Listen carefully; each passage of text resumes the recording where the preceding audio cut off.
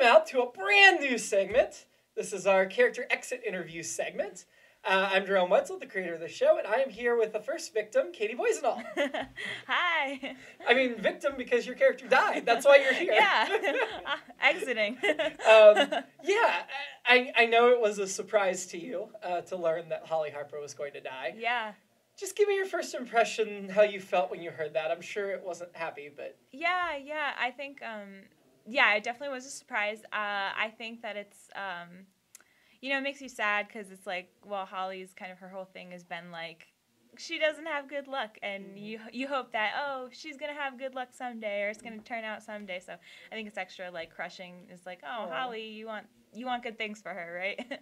You do, and as in my mind as the writer of it, I wasn't planning to kill her. It kind of happened while I was writing this script, and I never want to have a character overstay their welcome. If I feel like they've completed their journey, then unless we've got another journey ready for them, let's let them bow out on good terms instead of stringing them along. And in this case, Holly has come so far from where she started with the boyfriend that was a loser and the business that couldn't take off, and now she's in a great relationship. She's a superhero. She's doing awesome things, and here at the end of this journey, in my mind, she's now those people that watched her die. She's now a symbol for Tiptown. She's now their symbol of hope as the town descends into chaos that people can rally around, and to have that be her legacy, based on everything she's gone through, seems really cool and fitting for her as a character.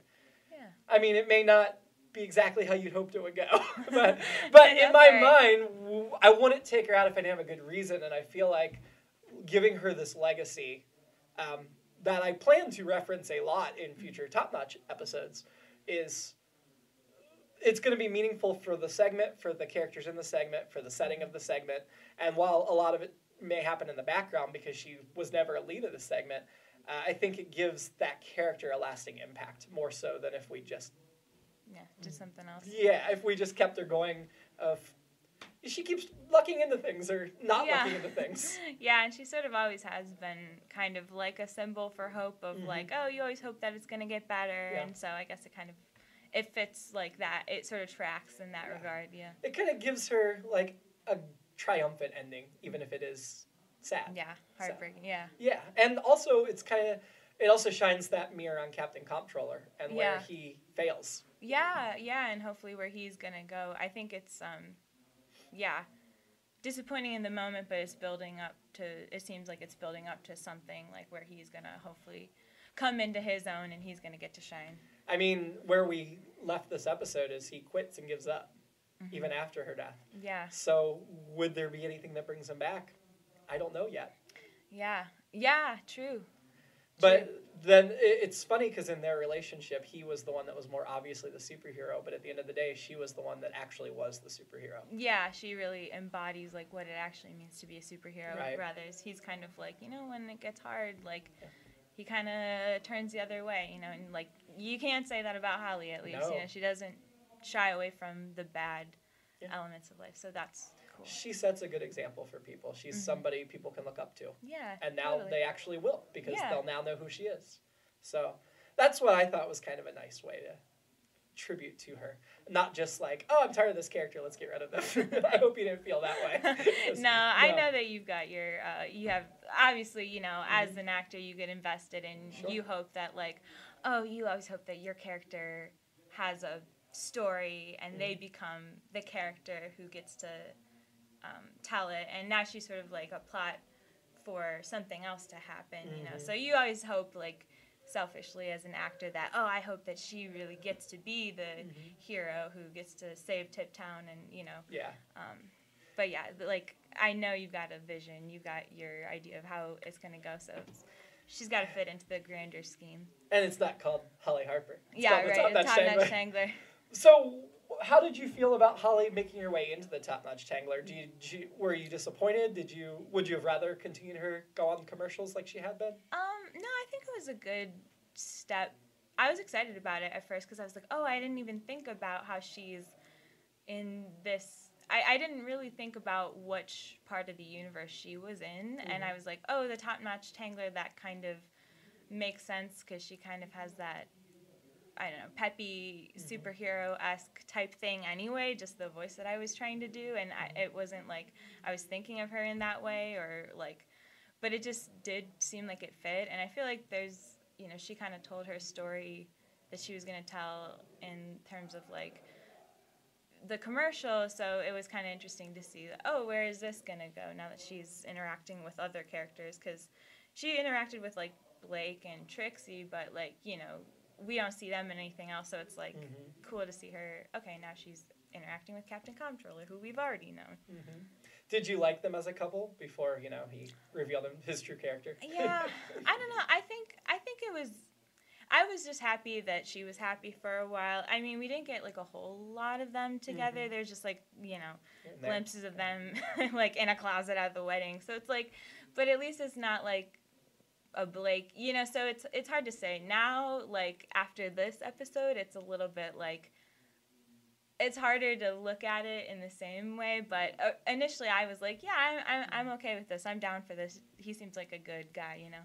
What do you think Holly would say to Captain Comptroller after he gives up and goes away? I think that she would forgive him.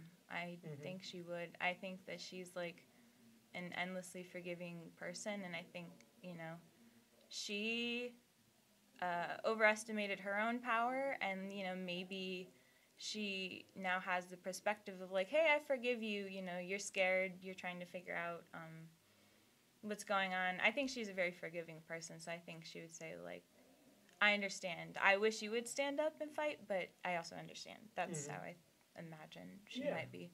I can see that. Why do you think she was against being cloned? Because we established that in Tip Town now people are cloned when they're killed, so they don't really die. That's one thing that I was really like sitting with. Cause I thought about that because I was like, yeah, what is her? So I guess like, you know, just because it's not, I always just come up with what I think it is in my head until, you know, there's something else. But I'm like, maybe she had family or people that she knew who were cloned, and it just never felt the same. Or it never felt like she was really with the same person anymore. I don't know. So I was like, maybe she has her own, like, personal experience with people, and she doesn't want to, like, continue on in that way. Like, maybe she's seen it firsthand how clones are, you know, they're just not you. So maybe that's how she feels. I mean, that segment's definitely going to explore the clone stuff heavily going in future episodes or future seasons. So we'll find out. You know, there will be people that are in favor of it and people that aren't. Yeah, sure. And I think, you know, whether you have personal experience or not, some people just don't like the idea of cheating death. Right? Yeah, right. It's not natural. Yeah, I can imagine. It's like I don't know how I would feel about clones, and like it's hard to really say. So yeah, I could see why. There was a Discovery Channel special, I think it was Discovery Channel, a while ago. Did you ever watch Mythbusters? I did, yeah. So Adam Savage did a special on his own that was about the first 1,000-year-old human. And over the course of an hour, he took current science and technology and extended it out that he, at his current age, lived to be 1,000 years old. And he went through all the steps. And there was one step where he's like 125, and they basically replaced all his internal organs. But his skin looks like terrible because that comes later in the step. But it's a throwaway line that always stuck with me, that he's like, yeah, I'm 125, I'm hanging out with my great-great-grandkids. My wife and kids are all dead because they chose not to do these artificial methods of extending their life. And then he just goes on, and it's like, yeah, a lot of people would choose not to, right? Yeah, I think so. I think more people than you would think would choose not to, you know, it seems like to live forever, but... Yeah. He even took it through like an apocalypse where for 150 years he lived underground and had to regrow an arm and everything. So it's like and by the end of the 1,000 years, he was downloading his consciousness into different bodies depending on the day. And it was really neat. And it was all... Interesting. But it was all based in things that are currently being worked on and extended out. Weird. So that is part of what goes into my thinking of a plot like this, of what people's opinions are and what their beliefs are. Yeah, that's super interesting. Like, weird stuff. Science is crazy. And I just, to me, Holly just doesn't seem like the type of person that would be like, sure, clone me. I love science fiction. Let's just go for it. Yeah. I think she'd be more, no, I value people and reality. And Yeah. that's just the type of person she struck me as. Yeah, I think she knows how to face tough things sort Yeah. of head on. And so, like, even death is one of those. Yeah. It's not an exception, I think, for her. She's like, I know how to handle hard things, so. What was your favorite Holly moment or commercial or something that really stood out to you about Holly? That's a great question. I have a lot. Definitely one, I think, when she finally sort of stood up to Blake was a nice moment because it's like, you know, it made you realize that, hey, she's not just happy and gullible and like an idiot. She's, you know, she's smart and she is, you know, she's optimistic and maybe a little naive, but she, you know, she's not stupid. She can see, you know, when someone's not treating her well, and, you know, it's kind of her one moment where she snapped a little bit, but I was like, I think that's nice that, you know, she's not, I liked that. I like that she was like, can move on from Blake and sort of start her own life and do something, you know, try and make her life better, because then she's not like complicit in always making her life worse, you know? Yeah, I mean, she was very much an enabler in the early days. Yeah, and it totally. was important to see her escape that situation, even Yeah. if other things happened to her later. Yeah, that's way more powerful. You feel sympathy for someone where it's like, oh, they just don't catch a break, but if they're part of the reason that they don't catch a break, Right. then it's kind of like, well, you can't feel as bad. There were so many early episodes of Holly where I could tell the audience was coming along with you, and then you'd say something else, and oh my god, like, Yeah. oh no, she's just not even seeing this. Yeah, and that's funny. That's always funny to hear when I'm up there and you get to that part where I can tell everyone's like, God, no, Yeah. not again. It was like show number 7 or 8 that we introduced her, wasn't it? It was Wow, like that's so probably early true. on. It was. I'm pretty. That would have been a pack rat. Did we introduce her at pack rat? It's possible. I'm trying to remember, but you could very well be right. I wouldn't be surprised. It's been a while. I was pretty sure she was like one of the. I should have looked this up before we started, but I was pretty sure she was one of the first commercials we did after Cowboy Joe, because we Yeah. were looking for. That's true. I just remember like getting the email about where you asked for auditions for her, and I think I was in like my freshman dorm, so that to me is like we were pretty early on in the process. Yeah. Her first show was show 7. Wow. So Yeah, that you would were have been right. February. You were right. That would have been our last show at Pack Rat, that would have been January. So that would have been our next to last show at Pack Rat Comics. Wow. So she went for 7 years? Yeah. Could you have imagined when we started Holly Harper that she would go so long? No, but I definitely hoped. Yeah. I definitely hoped because I really liked the character and I connected with her in a lot of ways. So I wouldn't imagine, but I definitely was hoping that she had a future in the show. Yeah. She did 21 commercials. I don't have Wow. it listed on our wiki how many episodes she was in, but I'd say at least 5. Yeah. So she's had to have done at least 25 appearances. Yeah. That's so a pretty good run.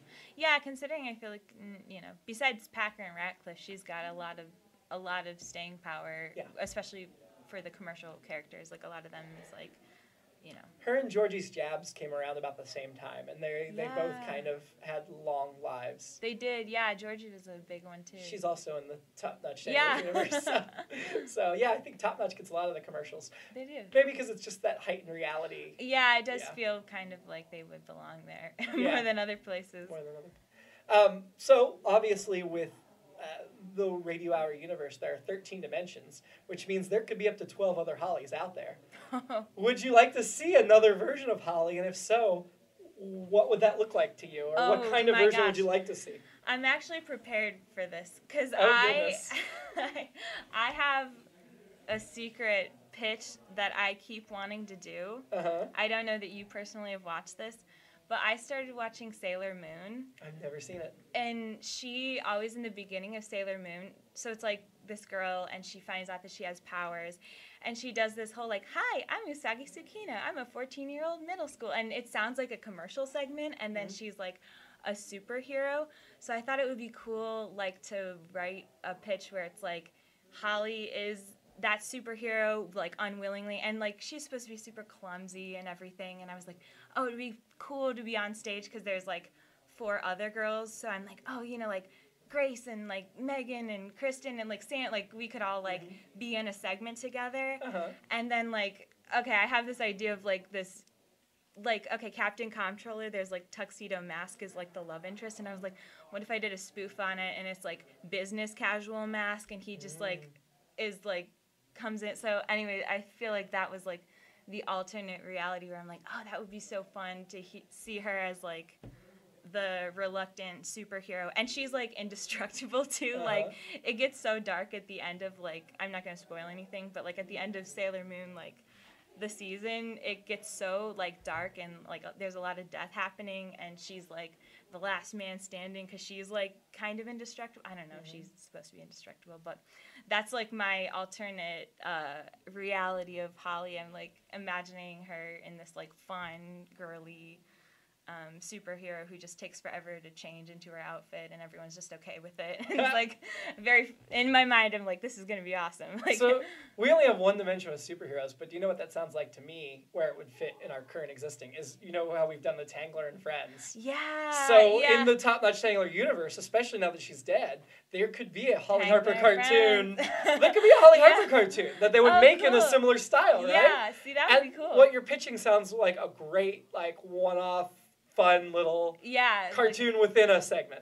That would be cool. Maybe I'll have to do it after all, because I was like, oh, I might have to table this one. It's been in my like kicking around on my like to-do list. Oh, I should like. Now that you can play it up even more, all the ridiculous parts of it. Yeah, exactly. I think it'd be fun. So if you got a script, I'll look at it because that sounds like fun to me. Cool. I might have to try it out. Try my hand at writing something. You should. So Holly's one of many characters you play. Where does she rank in your favorite characters? Is she one of your favorites, or is she more middling? I would say she's probably one of my favorites. I really love all my characters a lot. I get connected to them because I feel like every character I try and put a little of me in them and them in me. But I really like Holly. I think that like her more so than other characters, like I was on parallel journeys with her for a while, so it was like she was a nice character. I feel like we went on a long ride together, and yeah. So are you grieving her demise? Yeah, a little. Yeah, I would say. But I just don't want it to ever get bad. So I don't. Yeah, if there's not really a good future for her, I also don't. I'd rather grieve her in like a good way than like grieve a character that I'm like, I just don't feel connected to this person anymore. So I think it's the right thing. Yeah. I mean, I hope people will be upset. I was sad to write her death because I like her too. We've done a lot with her. Yeah. So yeah, I think it's one of those things that it felt right for the story, but it's also hard to pick a character like that's been around forever. Sure. Which is why she's the subject of our first episode like this. Who has such a huge... In fact, Shane's the one that pitched the segment so that we could do... Or Kristen. The three of us were talking after show. Yeah. And they thought we should do a Meow Meow exit interview. And we are going to. But because we've had the hologram Meow Meow, I've held off until, we complete that story arc. But yeah, it's... even though that's not really Meow Meow. We could have already done it. But I thought Holly Harper would be a good way to jump off. Have you had any other characters that you wish we'd done an exit interview for that you no longer play? Well, if it's all about death, I guess maybe Sage. Sage is the one that I haven't had like that many characters that died, but I like Sage too. She hasn't really... It's been a long time too since she's been a part of it. Courtney didn't really die, but I was like, at the end, the segment ended. But we've had more of her since then, so... Just that one special. So I think Sage probably is the one that's like... Yeah, she got to eat my zombies. Justice for Sage, man. So sad. I mean, I know Nick had pitched that he thought Sage and Brentley should go on... An alternate universe, Like, go on Travels with Tim, like, as the companions. or just have some other... some alternate... or... I think at one point before he knew the zombie apocalypse was coming, he wanted to do a spin-off with them solving mysteries or something. Oh, that would be funny. Yeah, I don't know if that would ever come to light, but when he mentioned that, I was like, that would be very fun, because I liked Sage and Brentley kind of like hit their stride, and then like they sort of died, so yeah. Yeah, right at the end. Brentley survived, but Yeah. Now he's got a new girlfriend. Yeah, Sorry. Bummer. Them's the breaks. It happens. Was there anything you really had hoped for Holly that you didn't get to do? Besides the superhero thing That's you a great pitched, question. which is pretty Yeah, cool. I won't reiterate that one, but oh, that's a good question. You know what I think I would have liked? I would have liked her to see her really succeed at something. I don't think we've ever really seen her succeed at anything. I really would have liked to have that one. Like, she has a business and it's awesome now, where she's working for Pimmer Labs and she's like actually good at it for some reason, or like, you know, not to say that her relationship with Captain Comptroller wasn't. Right now, where it stands, it doesn't feel like a success. So I would say that, like, seeing her actually get one good thing would have been nice. Like, that would have been, I think, the thing. Like, whether it's a business, a relationship, you know, someone who would really stand up for her. I think that's, like, what I would have liked, yeah. I mean, just to play devil's advocate, because I agree with you, but just Yeah. I would say her death kind of is accomplishing something good. I mean, if she inspires people to fight back and try to save their city from what it's becoming, in a way, she succeeded by dying. Yeah, and that's kind of like, that's true. But that one's kind of like loaded, which is why I guess I'm like something else. Because, you know, she doesn't really ever get to see or experience that, you know, and as far as she can tell, Captain Comptroller doesn't really do anything. So for other people, it's a success, but, like, that's what I mean is, like, she's sort of a plot point to catalyze something else, and she'll never get to enjoy her success, which I guess that's what I mean is, like, I want her to be able to, you know, she's brought so much good into the world. I think it's a shame that she never really got to have any of that goodness, really, so... Yeah. I mean, I would imagine she probably did. We just didn't see it, right? Yeah, that's the hope anyway. So if we ever we could always do a flashback or something. Yeah, totally. Yeah. Or find out after the fact that she accomplished this thing. Yeah, and that it was actually good. Yeah, because it's like the splices that we see, which that's the point of it. So, like, you know, but yeah, what we see is like, oh, her life is so depressing. Like, yeah. I did think it was less depressing in Tiptown, but you're right. There was a certain level of depression to it. And even with Captain Comptroller, like, until she was dying, he never even revealed his true identity to her. So their relationship was only... Yeah, it's not really, like, that's not, you know... It seemed like it was building to an ideal and, like, good, healthy relationship. But, like, as it stands, it's like, oh, it wasn't really. Like, it, you know, even that wasn't really a success in my book. And, you know, some people might... but to me, I'm like, oh, it's a bummer because you want her to, like, especially after Blake, you really want her to get someone good. And even Larry's like, yeah, if I was there, I would have stood up for her. So it's like, you hope that... She should have dated Larry instead of Captain Comptroller. Yeah, maybe that was her mistake, her big mistake.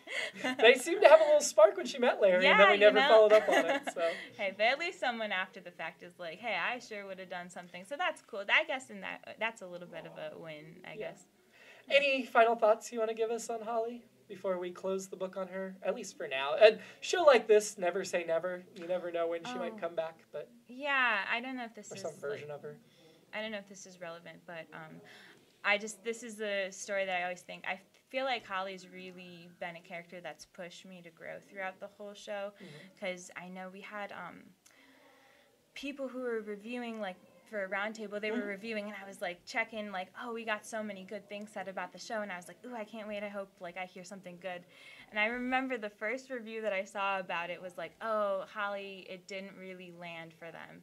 And it was, like, a bad review, and I was like, wow, that's the first thing that was said about me in the show from one of these people checking it out. And I was so bummed and devastated by that, so I worked really hard. Like, every time I would get a Holly Harper thing, I'm, like, you know, going through it, really trying to make sure I'm hitting all the beats, like, landing all the jokes. Like, I was, like, really, that inspired me to kick it up a notch. And, like, I think that that's part of the reason that, like, you know, just that little push to do better and be better, I think that character pushed me to be a better actor. So that's just something I wanted to share, because I think that's a nice, like... And then she won the IABD, like, the March... like, favorite character poll. Yeah. So that was nice, because that was after I put in a lot of work on that, and I was like, oh, you know, paid off, you know. I think she resonated with the troupe, for sure. I don't think it would have kept her around this long if she hadn't. Yeah, totally. So that was cool. I was like, oh, you know, yeah, the work that I did paid off. So that always made me really happy, and, like, you know, I feel like we grew together, Good. me and that character. So. Well, she will be missed. Yeah. Thankfully, you're staying, so we don't have to miss you. But yeah, Holly will be missed. And thank you so much for bringing her to life for so long. Thank you. It's All Been Done Radio Hour number 470, exit interview number 1, Holly Harper. This episode features Katie Boissonneau and Jerome Wetzel. Check out our website at iabdpresents.com. We want to thank Boxland, our host performance space. Our next live show is Saturday, June 8th. Get your tickets by visiting iabdpresents.com/live shows. Have a great week. It's All Been Done presents Who's Got the Time?